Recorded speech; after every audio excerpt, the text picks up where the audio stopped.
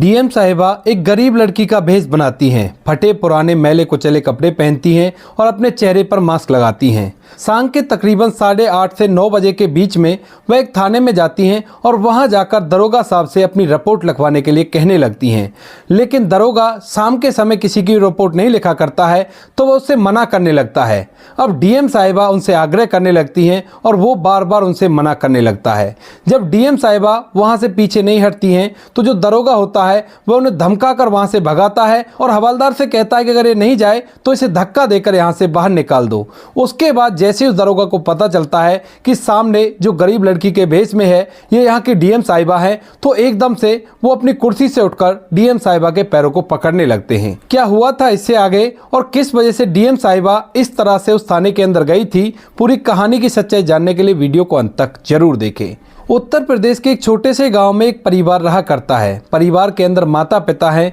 एक उनकी लड़की है जिसका नाम है सोनिया। सोनिया के 2 छोटे भाई और हैं, वो अभी छोटी क्लासों में पढ़ा करते हैं। सोनिया ने पढ़ लिख कर ग्रेजुएशन कर ली है और ग्रेजुएशन करने के बाद अपने परिवार की कंडीशंस को समझते हुए वह एक जगह पर जाकर छोटी सी नौकरी करने लगती है। तो अक्सर सोनिया अपने गाँव में 7:30 से 8 बजे तक घर आया करती है और इसी तरह से उनकी दिनचर्या चल रही है। परिवार के पास रुपया पैसा तो ज़्यादा नहीं है, लेकिन खुशियां भर भर के हैं। वो परिवार एक दूसरे के साथ हंसी खुशी समय व्यतीत कर रहा है। अब इसी तरह से समय बीत रहा था। सोनिया अक्सर शाम के समय घर आया करती, लेकिन एक दिन जब शाम के समय वो वहां से निकलती है तो रास्ते में कुछ बदमाश लड़के जो गांव के ही थे और उसका पीछा करते करते उस जगह तक पहुंच जाते हैं जहां पर वो काम किया करती है। अब सोनिया जैसे उन लड़कों को देखती है तो देखते ही समझ जाती है, क्योंकि अक्सर जब सोनिया अपने घर से आया करती है और वहां से जाया करती है तो रास्ते में एक दुकान होती है परचून की और उस दुकान पर कुछ लड़के बैठे रहा करते हैं। तो सोनिया को आते जाते वही लड़के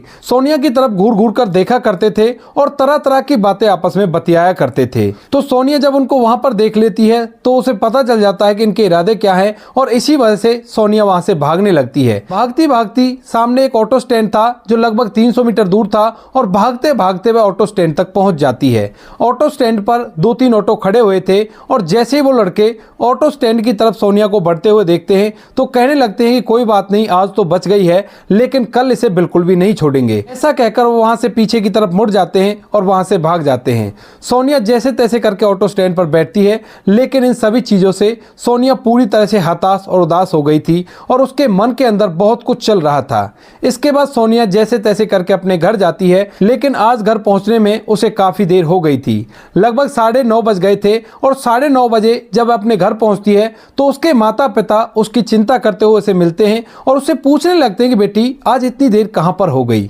तो पहले तो बेटी सोचती है कि घर वालों को क्या बताऊं, लेकिन जब उसके दिमाग में वो बातें घूमती हैं कि वो जाते हुए कह रहे थे कि आज तो बच गई है लेकिन कल हम तुझे बिल्कुल भी नहीं छोड़ेंगे। इसके बाद मजबूरन उसे अपने माता पिता को ये बात बतानी पड़ती है और वो कहती है कि माँ बाबूजी मेरे साथ ऐसे ऐसे हो गया है। और वो दोनों गाँव के वो लड़के हैं, यानी कि उन दोनों के नाम उसने अपने माता पिता को बता दिए थे। अब जैसे पिता उनके नाम सुनता है तो एकदम से हैरान हो जाता है, क्योंकि वह गांव के बहुत ही दबंग परिवार के लड़के थे और उनसे सोनिया का पिता चाहकर भी कुछ नहीं कह सकता था। इसके बाद सोनिया अपने माता पिता से कहने लगती है कि उन लोगों ने मुझसे कहा है कि अगर तू कल आएगी तो फिर हम तुझे बिल्कुल भी नहीं छोड़ेंगे। ऐसा कहते हुए सोनिया फूट फूट कर रोने लगती है। तो इस बात को देखकर उसके माता पिता भी रोने लगते हैं। माँ उसे अपने गले से लगाती है और कहती है कि बेटी कोई बात नहीं, चुप हो जा, कुछ नहीं होगा, सब कुछ ठीक हो जाएगा, तेरे पिता है ना, ये सब कुछ ठीक कर देंगे। लेकिन पिता अंदर ही अंदर बहुत कुछ इस बारे में सोच रहा था। वह सोच रहा था कि अगर उन लड़कों से मैंने कुछ कहा तो उसका परिवार मुझे जिंदा नहीं छोड़ेगा और अगर मुझे कुछ हो गया तो मेरे परिवार का क्या होगा। इन सभी बातों को सोचकर पिता की आंखों से आंसू टपकने लगते हैं और वह सोचने लगता है कि अब मुझे क्या करना चाहिए। तभी अचानक से उसके दिमाग में ख्याल आता है कि क्यों ना वह पुलिस स्टेशन जाए और पुलिस वालों से मदद मांगे। यही सोचकर जो सोनिया का पिता होता है वह वहां के पुलिस स्टेशन में जाता है अपनी बेटी को लेकर और वहां पर रिपोर्ट लिखवाने लगता है। अब तक 10 बज चुके थे और 10 बजे जैसे ही बाप बेटी वहां पर पहुंचते हैं तो जो थाने का दरोगा होता है वो थाने के अंदर आराम कर रहा था और उसी दौरान दोनों बाप बेटी वहां पर अपनी रिपोर्ट लिखवाने के लिए पहुंच जाते हैं। बाहर जो सिपाही होता है वो पूछने लगता है कि हाँ आपको क्या काम है और यहाँ पर इतनी रात को क्यों आए हो। तो जो बाप होता है वह बताने लगता है कि साहब मेरी बेटी के साथ गलत हो रहा है और आप लोगों को इसकी शिकायत लिखनी होगी। अब उसके बाद जो हवलदार होता है वो कहने लगता है कि अगर आपको शिकायत लिखवानी है तो आपको बड़े साहब से बात करनी होगी, और बड़े साहब ऑफिस के अंदर आराम कर रहे हैं। अब इस बात को सुनकर जो सोनिया का पिता होता है वह उस ऑफिस की तरफ बढ़ने लगता है, लेकिन तभी जो हवलदार है उन्हें आगाह करता है, कहता है कि देखो ये साहब का आराम करने का समय है, तो मैं तो ये कहूंगा कि तुम सुबह आ जाना, वरना दरोगा साहब आप पर चिल्लाने लगेंगे और आपके साथ साथ मेरी भी क्लास लग जाएगी। इस समय पे वो किसी का काम नहीं किया करते, तो आप सुबह आ जाना। लेकिन तभी वह बाप कहने लगता है कि साहब मेरी जो बेटी है उसका 2 लड़कों ने पीछा किया था और वो कह रहे थे कि तुझे कल देखेंगे, और अगर उन पर फौरन कार्रवाई नहीं की गई तो हो सकता है वो मेरी बेटी को कुछ कर दे, क्योंकि मेरी बेटी एक जगह पर काम करने के लिए जाया करती है और उन लोगों को उस जगह के बारे में पता है। अब यह बात सुनकर जो हवलदार है वो कह देता है कि ठीक है भाई, अगर आपको जाना है तो बेशक से चले जाओ, मेरा तो फर्ज था आपको बताने का। ऐसा कहकर हवलदार उन्हें आगे का रास्ता दिखा देता है और दोनों बाप बेटी उस ऑफिस के अंदर जाने लगते हैं जहां पर दरोगा साहब फिलहाल आराम कर रहे थे। वहां पर जाने के बाद जो सोनिया का पिता है वो दरोगा साहब के सामने हाथ जोड़ लेता है और हाथ जोड़कर उन्हें अपनी पूरी कहानी सुनाने लगता है।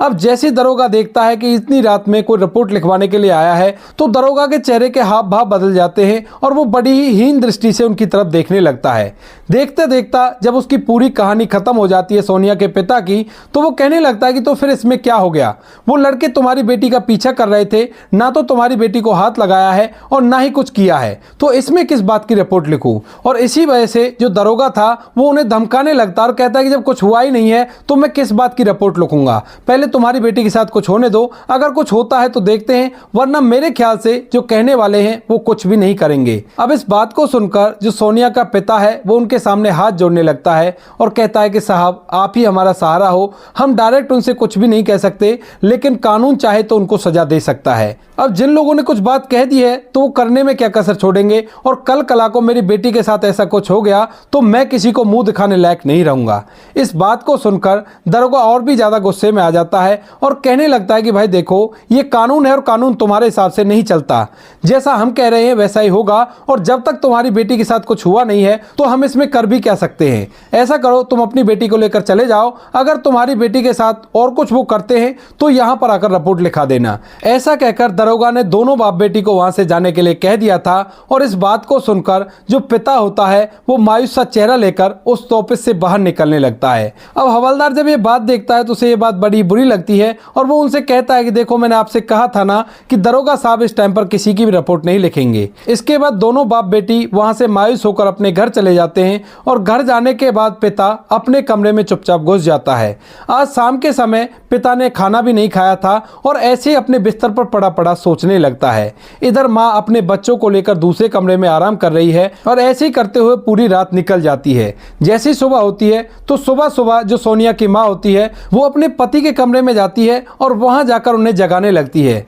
लेकिन पिता पूरी रात भर सोच सोचकर इस दुनिया से विदा हो चुका था और यह सब कुछ देखकर माँ फूट फूट कर रोने लगती है। और जैसे ही माँ को रोता हुआ देखती है तो सोनिया भी वहां पर आ जाती है और सोनिया भी माँ के साथ फूट फूट कर रोने लगती है। अब इन सभी आवाजों को सुनकर कुछ पड़ोसी भी वहां पर आते हैं और वो लोग आकर मामले को समझ लेते हैं। इसके बाद अड़ोसी पड़ोसी उन लोगों को सहारा देते हैं और कहते हैं कि कोई बात नहीं, ये तो ऊपर वाले का खेल है, जो हो गया सो हो गया, अब उसमें कोई कर ही क्या सकता है। ऐसा करके जो अड़ोस पड़ोस वाले हैं उनको सहारा देते हैं और उसके बाद उसके पिता का अंतिम संस्कार करने लगते हैं। पिता का अंतिम संस्कार हो जाता है और इसके बाद सोनिया ड्यूटी पर जाना बंद कर देती है। अब तक तो ये था कि अगर बेटी नहीं कमाती है तो पिता कमा लेगा, लेकिन फिलहाल अब पिता इस दुनिया को छोड़कर जा चुका है और बेटी उन लोगों के डर की वजह से अपने घर के अंदर बैठी हुई है। अब इसके बाद दोनों माँ बेटी इस बारे में गहन सोच विचार करते हैं और सोचने लगते हैं कि हम इस बारे में अपने अड़ोसी पड़ोसियों से बात करते हैं, कोई ना कोई तो अड़ोस पड़ोस का ऐसा व्यक्ति होगा जो उन लोगों के खिलाफ जाकर हमारी मदद करेगा और हम लोगों को इस परेशानी से छुटकारा दिलाएगा। इसी बात को सोचकर सोनिया और उसकी माँ अड़ोसी पड़ोसियों से इस बारे में जिक्र करती हैं और सभी को इस बारे में बताने लगती हैं। बताते हुए दोनों माँ बेटी की आंखों से आंसू टपकने लगते हैं, क्योंकि फिलहाल वो काफी ज्यादा लाचार थे, क्योंकि सोनिया के जो भाई थे वो छोटे थे और पिता इस दुनिया को छोड़कर जा चुके थे। अब जो अड़ोसी पड़ोसी होते हैं वो इस बात को देखकर पीछे हट जाते हैं और कोई भी आगे उनकी मदद करने के लिए नहीं आता है, क्योंकि जिस परिवार के वो लड़के थे जिनके बारे में सोनिया बता रही थी वो बड़े ही दबंग प्रवृत्ति के थे और कोई भी अगर उनके बारे में कोई भी बात कहता है तो वो उससे झगड़ा कर दिया करते हैं। तो कोई भी दूसरे की लड़ाई में पड़ना नहीं चाहता और वो सभी लोग ऐसे चुपचाप रह जाते हैं। इन सभी बातों को देखकर सोनिया और सोनिया की मां को बड़ा ही बुरा लगता है, लेकिन वो कर भी क्या सकते हैं और वो इसी तरह से अपने घर के अंदर रहने लगते हैं क्योंकि उनके पास कोई भी चारा नहीं है। अब इसके बाद सोनिया और सोनिया की मां एक दिन घर के अंदर बैठे हुए थे, तभी अचानक से सोनिया के ऑफिस का बॉस उसके यहाँ पर आता है, उसको अपने साथ ले जाने के लिए और उसे पूछने के लिए कि तुम नौकरी पर क्यों नहीं आ रही हो। क्योंकि सोनिया के जब पिता की मौत हुई थी तो उसके बाद यह खबर ऑफिस वालों को पता चल गई थी, तो वो लोग सोच रहे थे कि पिता की मौत हुई है तो कुछ दिनों की छुट्टी ले रही होगी, लेकिन मौत के काफी दिन बाद तक भी जो सोनिया है वो ऑफिस नहीं आ रही है। तो इसी वजह से जो उनके ऑफिस का बॉस है वो वहां पर आ जाता है सोनिया से इस बारे में बात करने के लिए। इसके बाद सोनिया और उसकी मां रो रो कर पूरी बात अपने बॉस को बता देती हैं और सोनिया कह देती है कि इस वजह से मैं ऑफिस नहीं आ रही सर। अब इस बात को सुनकर जो उनका बॉस होता है वो बड़ा ही हैरान होता है क्योंकि वह यहाँ का नहीं था, वह किसी दूसरे राज्य से यहाँ पर आकर काम कर रहा था। अब यह बात उसको बड़ी बुरी लगती है और वो कहने लगता है कि अगर ऐसी बात है तो तुमको पुलिस में शिकायत दर्ज करानी थी। तो सोनिया बताने लगती है कि पुलिस में भी शिकायत दर्ज कराने गए थे, लेकिन वहां का जो दरोगा है कहा कि तुम्हारे साथ कुछ हुआ नहीं है, जब हो जाएगा तो रिपोर्ट लिख लेंगे। इसके बाद जो सोनिया का बॉस होता है वो थोड़ी देर तक इस बारे में सोच विचार करने लगता है और सोच विचार करने के बाद कहता है कि ठीक है सोनिया, अगर ऐसी बात है तो इसके लिए मैं तुम्हारी मदद करूंगा। तो सोनिया अपने बॉस की तरफ देखने लगती है और पूछती है कि सर आप मेरी इसमें कैसे मदद कर सकते हो। तो बॉस कहता है कि सोनिया, शायद तुम्हें पता नहीं है कि इन पुलिस वालों से ऊपर भी कई अधिकारी होते हैं और उनमें से कोई ना कोई अधिकारी तो ऐसा मिलेगा जो अधिकारी हमारी मदद करेगा। वैसे मैं पर्सनली यहाँ की डीएम साहिबा को जानता हूँ क्योंकि जो सोनिया के बॉस थे उन्होंने भी यूपीएससी की तैयारी की थी, लेकिन यूपीएससी की तैयारी के दौरान उनका नंबर नहीं पड़ा था, तो इसी वजह से वह प्राइवेट सेक्टर में नौकरी करने लगे और यहाँ की जो डीएम साहिबा थी वो उन्हीं के साथ रहकर तैयारी किया करती थी, तो अच्छी तरह से वो डीएम साहिबा को जानते थे। वो कहते हैं कि आपके यहाँ की डीएम साहिबा हैं और मैं उनको अच्छी तरह से जानता हूँ और तुम और तुम्हारी माँ दोनों मेरे साथ चलो और मैं तुम्हें उनसे मिलाता हूँ और वो इस बारे में तुम्हारी मदद जरूर से करेंगी। इस बात को कहकर सोनिया का जो बॉस होता है दोनों माँ बेटी को अपने साथ उसी गाड़ी में बिठाता है जिस गाड़ी को लेकर वो वहां पर आया था और उन दोनों को लेकर सीधा डीएम साहिबा के ऑफिस में पहुंच जाता है और वहां जाकर डीएम साहिबा से बात करने लगता है। डीएम साहिबा अच्छी तरह से सोनिया के बॉस को जानती थी और वह पूछने लगती है कि कहिए आपको क्या काम है और आप किस वजह से यहाँ पर आए हो। तो जो सोनिया का बॉस होता है वो डीएम साहिबा को सारी के सारी बात बताता है और कहता है कि ये मेरी एम्प्लॉय है और ये बहुत ही ज़्यादा परेशान है। दरअसल दो इसके गाँव के दबंग लड़के हैं, वो इसे बहुत ज़्यादा परेशान कर रहे हैं और इसी वजह से यहाँ पर नहीं आ सकती है। इसी बात को सोच सोचकर इसके पिता की मौत भी हो चुकी है और पुलिस वाले इसमें इसकी कोई भी मदद नहीं कर रहे हैं। अब इस बात को सुनने के बाद डीएम साहिबा को बड़ी हैरानी होती है क्योंकि पुलिस का काम ही यही होता है कि किसी भी कमजोर व्यक्ति की मदद करना और कुछ भी गलत हो रहा है तो उसे सही करना, लेकिन पुलिस यहाँ पर अपना काम नहीं निभा रही थी। हालांकि अगर पुलिस वाले एक छोटी सी धमकी उन लोगों को दे देते तो उसके बाद उनकी हिम्मत नहीं होती, लेकिन पुलिस वालों ने अपना काम नहीं किया और इसकी वजह से सोनिया को बहुत कुछ झेलना पड़ रहा है। तभी जो डीएम साहिबा होती हैं सोनिया और उसकी मां को आश्वासन देती हैं और कहती है कि तुम चिंता मत करो, मैं जल्द से जल्द इस बात पर कार्रवाई करूंगी और जब यह कार्रवाई होगी तो आप लोगों को पता चल जाएगा। ऐसा करके डीएम साहिबा ने उन्हें आश्वासन दे दिया था और उसके बाद उन्हें वहां से जाने के लिए कह दिया था। अब सोनिया का बॉस सोनिया और उसकी मां को लेकर वहां से उनके घर छोड़ता है और घर छोड़ने के बाद वह भी उन्हें आश्वासन देता है और कहता है कि आप चिंता मत करो, डीएम साहिबा बहुत ही ईमानदार है और ये आपके इस केस पर जरूर काम करेंगी। उसके बाद वह भी वहां से चला जाता है और डीएम साहिबा इस बारे में सोचने लगती हैं। डीएम साहिबा पहले तो सोचती हैं कि एसपी साहब को फोन किया जाए और फोन करने के बाद उनसे कह दिया जाए कि आपके थाने में ऐसा ऐसा हो रहा है तो वो मामले को सही कर देंगे। लेकिन फिर जो डीएम साहिबा होती हैं वो सोचती है कि हो सकता है कि एसपी साहब भी इसमें सम्मिलित हो, तो क्यों ना मुझे खुद चल के ये मामला देखना चाहिए कि आखिर मामला क्या है। इसी बात को सोचते हुए जो डीएम साहिबा होती हैं अपनी एक छोटी सी टीम का गठन करती हैं और शाम के समय उसी समय जिस समय के बारे में सोनिया बता रही थी कि उस समय पुलिस वाला थाने के अंदर आराम करता है, तो उसी समय डीएम साहिबा फटे पुराने मैले कुचले कपड़े पहनती हैं और अपने चेहरे पर मास्क लगाती हैं। मास्क लगाने के बाद डीएम साहिबा वहां से अपनी टीम को लेकर थाने की तरफ बढ़ने लगती हैं और रास्ते में थोड़ी दूर यानी कि जब थाना लगभग 200 मीटर रह जाता है तो अपनी टीम को वहीं पर उतार देती हैं और कहती हैं कि जैसे मैं फोन मिलाऊं तो तुम भागे दौड़े उस थाने के अंदर आ जाना और वहां पर आकर सिचुएशन को संभाल लेना। टीम पूरी तरह से तैयार होती है और इसी तरह से डीएम साहिबा उस थाने के अंदर चली जाती है। वहां जाने के बाद जो कुछ भी सोनिया ने बताया था सब कुछ वैसा ही मिलता है और डीएम साहिबा भी अपनी रिपोर्ट लिखवाने के लिए थानेदार से आग्रह करने लगती हैं, लेकिन थानेदार उसी तरह से आलस में पड़ा हुआ था और कहने लगता है कि अभी आपको जब कुछ हुआ ही नहीं है तो किस बात की रिपोर्ट लिखें। डीएम साहिबा कहती हैं हैं कि अगर मुझे कुछ हो गया तो फिर आपका रिपोर्ट लिखने का फायदा क्या होगा, इससे अच्छा तो आप पहले इस पर कार्रवाई कर दो ताकि वो लोग मुझे कुछ कर ही ना सके। तो जो दरोगा होता है वो उससे कहने लगता है कि देखो वैसे ही खामा मेरा टाइम बर्बाद मत करो और चुपचाप यहाँ से चली जाओ वरना मुझे गुस्सा आ जाएगा। लेकिन डीएम साहिबा उनसे बार बार आग्रह करने लगती हैं और कहती है कि साहब मैं बहुत ज्यादा गरीब हूँ और मेरे माता पिता भी नहीं है, अगर आप ऐसा करोगे तो मैं किसके पास जाऊंगी,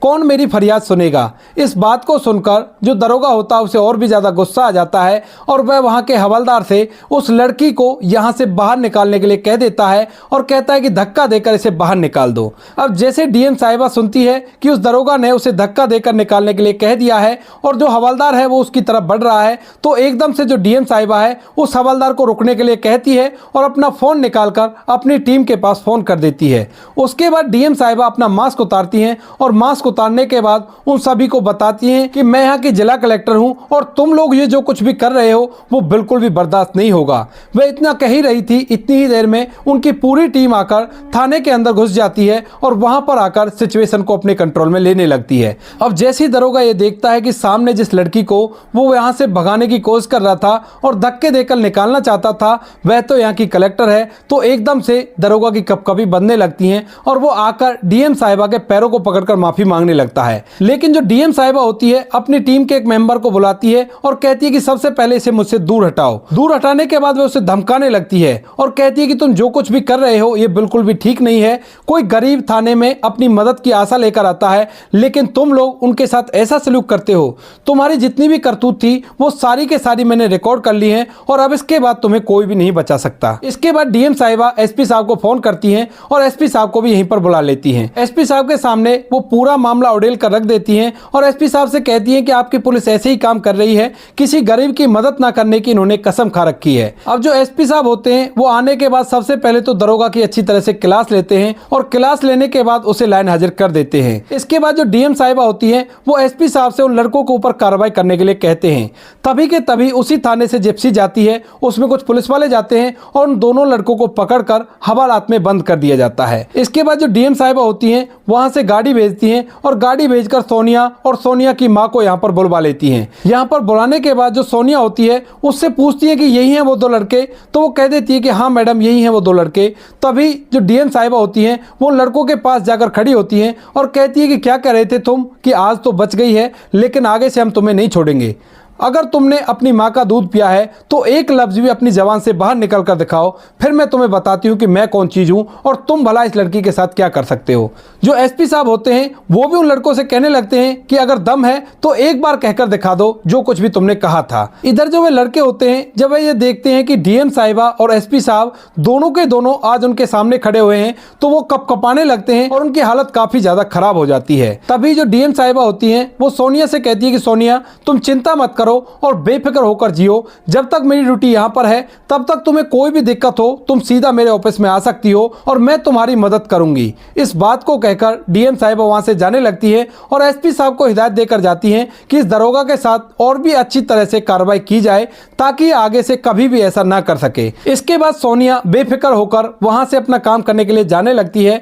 और जब उसके बॉस पूछते हैं सोनिया से सोनिया कुछ हुआ या नहीं हुआ तो वो कहती है कि सर बहुत कुछ हो गया और यही काफी है, अब जिंदगी में कभी भी वो लोग तो मेरी तरफ आंख उठाकर नहीं देखेंगे। ऐसा कहकर सोनिया बड़ी खुश प्रतीत होती है और उसके बाद अपनी ड्यूटी को इसी तरह से करती रहती है। तो दोस्तों ये थी आज की कहानी जहां पर एक लड़की को कुछ लड़कों ने परेशान किया और उसके बाद जब रिपोर्ट लिखवाने गई तो उसकी रिपोर्ट नहीं लिखी गई। उसके बाद एक डीएम साहिबा ने उस पर ऐसा एक्शन लिया कि यह चीज सभी पुलिस वालों के लिए मिसाल बन गई। आप क्या कहना चाहते हो डीएम साहिबा के बारे में, आप क्या कहना चाहते हो सोनिया के बारे में, आपकी जो भी राय कमेंट सेक्शन में लिख सकते हो, लोगों के साथ शेयर कर सकते हो। वीडियो अगर अच्छी लगी तो वीडियो को लाइक और चैनल को सब्सक्राइब जरूर करें ताकि हमें थोड़ा सा हौसला मिले आप लोगों के लिए ऐसे अच्छे वीडियो बनाने के लिए। इन कहानियों को सुनाने का उद्देश्य किसी को परेशान करना बिल्कुल भी नहीं है। यह कहानी आपको इसलिए सुनाई जाती है ताकि आप लोग इन कहानियों में से कुछ ना कुछ सीख सको और अपने जीवन में उस चीज को अप्लाई कर सको। मिलते हैं किसी नेक्स्ट वीडियो में नए टॉपिक के साथ, तब तक के लिए जय हिंद, जय भारत,